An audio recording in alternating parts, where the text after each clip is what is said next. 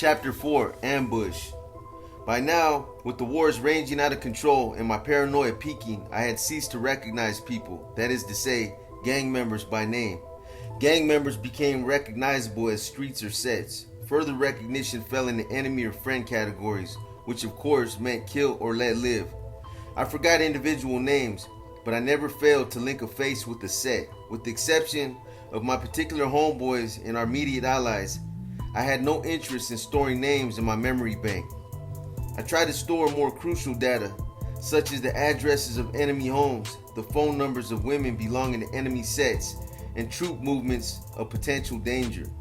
I believe that I survived those chaotic times because I took my existence seriously. Since the time Trey Ball had first told me that gangbanging was a full-time occupation, I have striven for professionalism. But banging falls short of the level of organization of, say, an institution that was formally founded on the premise of being structured, so there is no compartmentalization.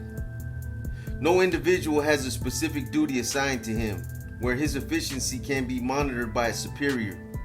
Therefore, the serious banger often finds himself handling several jobs in the course of his career. For years, I found my position in the set to be manifold. At any given time, I was the minister of information, which included such responsibilities as writing on walls, declaring who we were and who we wanted to kill, and verbalizing our intent at gangland supremacy on street corners, on buses, in schoolyards, and at parties. Minister of Defense, which entailed organizing and overseeing general troop movement and maintaining a highly visible, militarily able contingency of soldiers who at a moment's notice could be relied upon for rapid deployment anywhere in the city. Teacher of War Tactics, which I guess would fall under the heading of instructor, and combat soldier, on-the-job trainer. All participants are obligated to represent their allegiance to their respective sets everywhere they go. You are taught from recruitment that your set is something to be proud of. Each set actually functions like different divisions of, say, the U.S. Army. For instance, one who's in the Army may belong to the 1st Infantry Division, 196th Infantry Brigade, 2nd Battalion, Delta Company. A member of a gang might belong to the West Side Crips, A-Tray Gangsters, North Side 83rd Street, or West Side Harvard Park Rims, 62nd Street. My point here is the complexity of both organizations. There is the Crip Army and the Blood Army. Each has various divisions or chapters. These are noted by streets and initials or abbreviations. Sets use abbreviations much like everyone else. 8-Tray Gangsters would simply be abbreviated ETG. As of late, sets, which are equivalent of a company in military jargon, have started to use individual colors outside of universally worn red and blue to denote their particular chapters. Most notable is the purple flag of the Grape Street Watts Crips and all the black flags of the Compton Santana Block Crips. Of equal importance is the green flag of the San Diego Lincoln Park Pyrus, Skyline Pyrus, and 5'9" Brims of the Bloods. With each new generation of Crip and Blood bangers comes a more complex system, which is now reaching institutional proportions. It is precisely because of this type of participation in the development and expansion of these groups, mores, customs, and philosophies that gangbanging will never be stopped from without. The notion of the war on gangs being successful is as realistic as the People's Republic of China telling Americans to stop being American. When gang members stop their wars and find that there is no longer a need for their sets to exist, banging will cease. But until then, all attempts by law enforcement to seriously curtail its forward motion will be in vain. As November 1980 came to a close, several developments were on the horizon. We had forged an alliance with the Playboy gangsters who, as we duly noted, were situated behind the 60s. Their hood was far west, out of the chaotic labyrinth of the South Central. This gave us an escape to place to plot and plan, rest and retreat. At this time, we'd also seriously pondered the possible unification of all gangster sets to roll back the united front of the citywide neighborhood threat. and we were in desperate need of weapons. The 60s had just hit an army surplus and secured hundreds of semi-automatic rifles and handguns, which they were putting to use nightly. Arms proliferation was definitely an issue. An arms race is what came out of this situation, and because there is no ceiling on numbers or checks and balances, the proliferation continues to date. Our goal was to wait until New Year's Eve, when the entire community would be openly armed and celebrating, and run a truck through the wall of the Western surplus and secure as many guns and munitions as possible. This was a good plan, we thought, as who would supply security for a store on New Year's Eve? It was also during this time that Crazy D and I took the split side proposal to Sidewinder for possible approval. Sidewinder was the closest our set came to having a leader. He was the only one who lived on 83rd Street and was solely responsible for the set's break with Tookie's regime that involved the entire west side of Los Angeles. Tookie is the founder of the West Side Crips. Before there were any divisions by street, there was one big Crip army. Sidewinder, in effect, won liberation of the sect, which was then simply called Original Gangster Crips, OGC. This is where the term OG originated, from Sidewinder's usage of it to denote our break and thus our independence from Tookie's West Side Crips, WSC. So as I explained above, with each generation comes new, more advanced ideals about the continuation of Crips in general, and of one set in particular, as shown here with Sidewinder's idea of an individual set on 83rd Street. While remaining in conjunction with West Side Crips, the set would not necessarily be controlled by them. Its conception was to promote autonomy. All attempts at new ideas are not successful. Sets fail, much like businesses. Much works go into establishing a set. With the success of a set comes universal recognition. Sidewinder reached ghetto star status by this act alone, but he still was active in all our wars and still lends his experience to the set's ascent today. Our proposal, our contribution was based on war strategy, for it seemed like every time we'd neutralize 160, 2 would be recruited. They have always had great success with recruitment. I would honestly say that today the Rolling 60s have the third largest set in South Central, following the East Coast Crips and then the Hoover Crips. We took notice of this threat early on and tried time and time again to reduce their population by any means necessary, all to no avail. So our last resort was a psychological approach. Make them believe we were bigger than they thought, deceive them.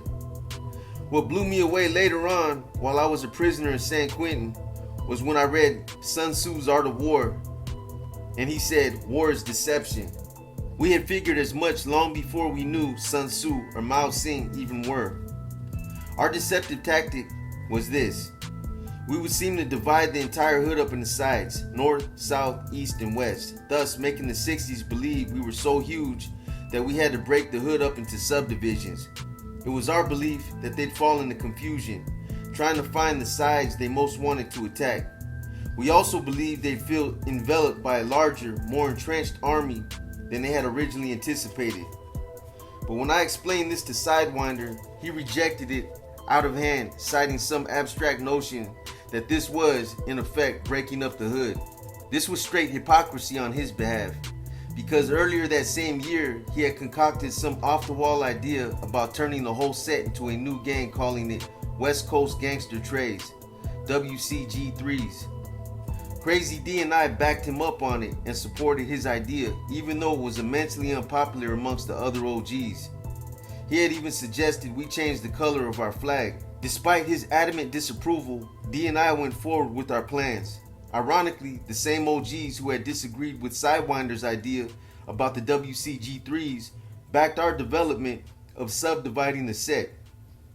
Initially, we had 4 sides, but the east side fell off the following year when its staunchest members were captured for murder. We began right away on our campaign to inform the 60s and the entire gang community about our latest development. We went about this task with a vengeance, writing on walls, turning out parties. Turning out means to disrupt with violence, and at schools, most anywhere, we felt like shouting our presence out. This campaign was actually carried out by no more than 4 dedicated soldiers: Crazy D, Legs Diamond, Trey Stone, and myself. What started out as a tactic began to produce serious strategic results. Just as we had anticipated, confusion as to who was who set in over in the 60s hood, and we were able to make some stunning strikes in the midst of their indecisiveness.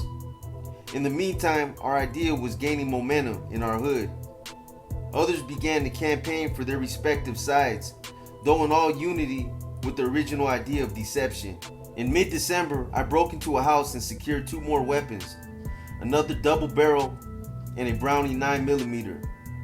It was also around this time that we began to put serious dents in the rolling 60s offensive capabilities. On a cold, gloomy night, the 60s tried to drop some of our west side soldiers and were cut down. On the south side, a similar situation befell one of their units when one of their shooters hung out of a back window of a rolling car in an attempt to shoot some homies and was instead blasted back into the car with a full charge from a shotgun. The car sped away with the would-be shooter turned victim screaming in sheer agony. Morale was picking up and our level of recruitment also went up. One of the most damaging things we did to our own set during this time was to call meetings where we'd whip our troops and kick certain individuals off the set, taking for granted we'd always be strong. When we later found ourselves at meetings with as few as 35 soldiers in attendance, we began to regret our earlier acts of irresponsibility in regard to the treatment of troops. I shot 2 people in December, but neither died. One I caught at McDonald's on Florence and Crenshaw, and the other I shot on 10th Avenue in Hyde Park. Both I sprayed with buckshot. I like to see the buckshot eat away their clothing, almost like piranha fish. By this time, my name and courageous exploits were ringing with alarming regularity in most hoods in the gang community. Crazy D was right beside me. We had finally broken through to the second stage of recognition. D, however, had been captured for a murder and was in juvenile hall awaiting trial. I was doing a solo while fashioning Little Monster, who had gotten released from camp by this time, Little Harv, Little Crazy D, Joker, and Little Spike into an awesome young fighting machine. They had begun to put work in on a constant basis, really getting the kick out of the whole thing. We were all waiting for New Year's, not necessarily to usher in the new year, but to hit the Western surplus and procure the much needed, desperately sought out guns and munitions. We had good ideas about launching the final offensive on the 60s, our own little Tet offensive. December 31st, 1980 was an ordinary day, overcast and a bit chilly. Putting on my gear, I took extra care to dress warmly enough so as to not have to come back home for a coat. We all agreed to meet at the Blue Apartments on 80th, which in accord with our subdivision of the hood was now the South Side. At approximately 4 p.m. I left my house on 69th Street, which was in the North Side. I was dressed in white Chuck Taylor Converse, all-star tennis shoes with black and white shoestrings, heavily starched 501 Levi's, a blue sweatshirt under a double XL blue penitentiary shirt, and a thick Pendleton jacket. I had cornrowed my hair to the back, and over this I wore a blue flag in bandana fashion. Feeling very confident, I walked through the hood up through the 70s to the south side. Of course, I had the Browning 9mm in my waistband. I reached the south side without incident. Upon entering the apartment complex, I found China, Little Spike, Stone, and Spoonie kicking back, drinking Night Train wine and smoking pot. As we began to talk, Little Crazy D and Joker pulled up on 10 speeds. Jojo, who we had been considering giving the name Baby Monster, also came up. It didn't take long for the pot and cheap wine to start having its mind-altering effects on me. Never much of a drinker, I felt the alcohol hit me first. My equilibrium was shot. By now it was dusk and I was brandishing my 9mm with abandon. I instructed Joker and Lil Crazy D to go to my house and retrieve the double barrel. I called from one of our supporters' homes to let Little Monster know that the homies were coming after the strap. By the time they returned, I was even more intoxicated. Seizing the shotgun, I instructed everyone to come out into the street. Once all had assembled, out in front of the apartments, I moved under the street lamp and shot it out. Glass fragments rained all over my head and shoulders. As I stepped onto the curb to shake the shards of glass out of my hair and clothing, my peripheral caught vision of a black and white police car hitting the corner. Spinning with surprisingly quickness, as I was quite drunk, I tossed the shotgun to Jojo and told him to brake. But he was not aware of the police car and ran right into it. He was immediately apprehended. Remembering the 9mm in my waistband, I broke through the apartment complex and discarded my weapon. I then made my way up to Peach's house for refuge.